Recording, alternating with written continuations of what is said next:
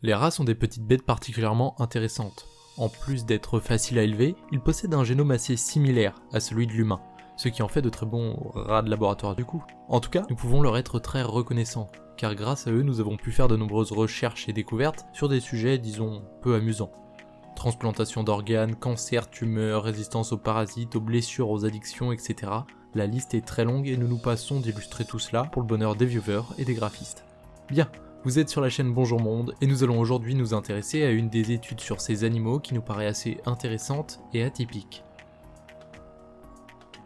En 2019, un article paraît dans la revue scientifique Nature relatant ce fait. Un groupe de chercheurs chinois a réussi à contrôler les mouvements de rats depuis un cerveau humain. Oubliez télépathie ou toute autre sorte de magie noire et regardons tout cela de plus près. Alors précisément, il y a eu plusieurs expériences effectuées. La première dans un environnement assez simple, une étoile avec 6 branches. Le rat était placé à l'une des extrémités et devait en rejoindre une autre en passant par le centre. Il y avait alors 2 actions, avancer et tourner. Les chercheurs voyaient la scène et le rat et agissaient en conséquence. La seconde était plus complexe, il y avait là tout un labyrinthe à traverser, vous pouvez voir l'image à l'écran.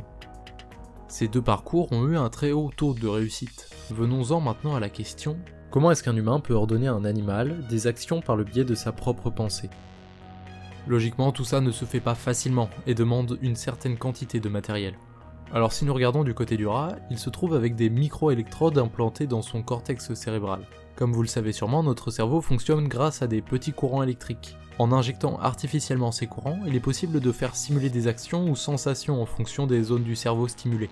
Et c'est ce qui a été utilisé ici. Pour faire se déplacer le rat, ils ont utilisé la zone relative à la récompense, pour l'inciter à avancer.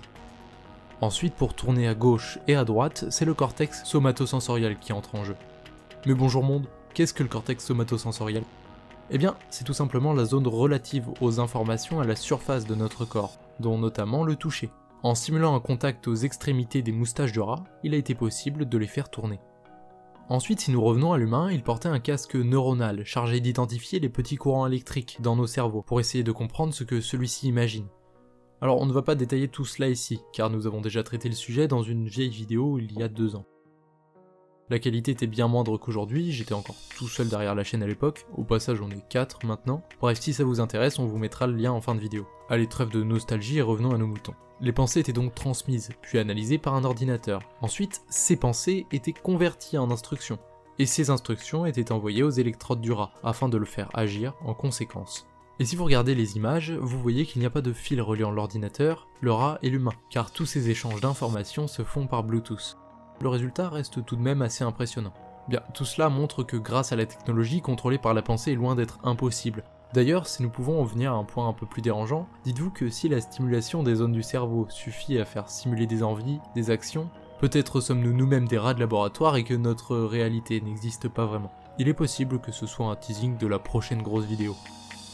Bien, vous pouvez vous abonner et partager le contenu si ça vous a plu, et nous retrouver sur Discord, Twitter et Instagram pour discuter.